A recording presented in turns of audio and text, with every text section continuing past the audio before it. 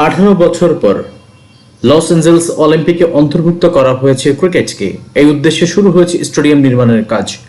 Olympic নিয়ে এত মাতামাতি হলেও প্রশ্ন থেকেই যাচ্ছে, টাইগারদের গ্রেটেস্ট শো অন আর্থে অংশ নেওয়া হবে কিনা।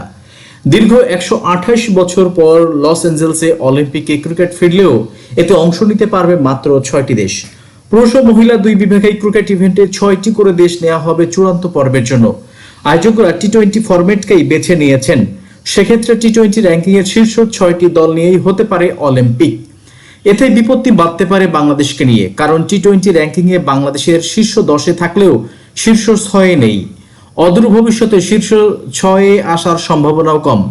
এই মুহূর্তে শীর্ষ 6-এ রয়েছে ভারত, ইংল্যান্ড, অস্ট্রেলিয়া, নিউজিল্যান্ড, দক্ষিণ আফ্রিকা ও পাকিস্তান।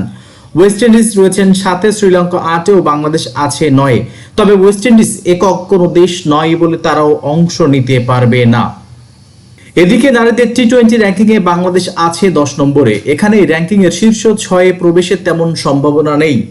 বিশ্বের প্রায় সবগুলো ক্রীড়া ইভেন্ট নিয়ে প্রতি 4 বছর পর পর বসে অলিম্পিকের এই জমজমাট আসর। বিশাল ক্রীড়াযজ্ঞের মহিমা প্রকাশ করতে অনেক একে আখ্যা দিয়ে থাকেন the greatest show on earth বলে।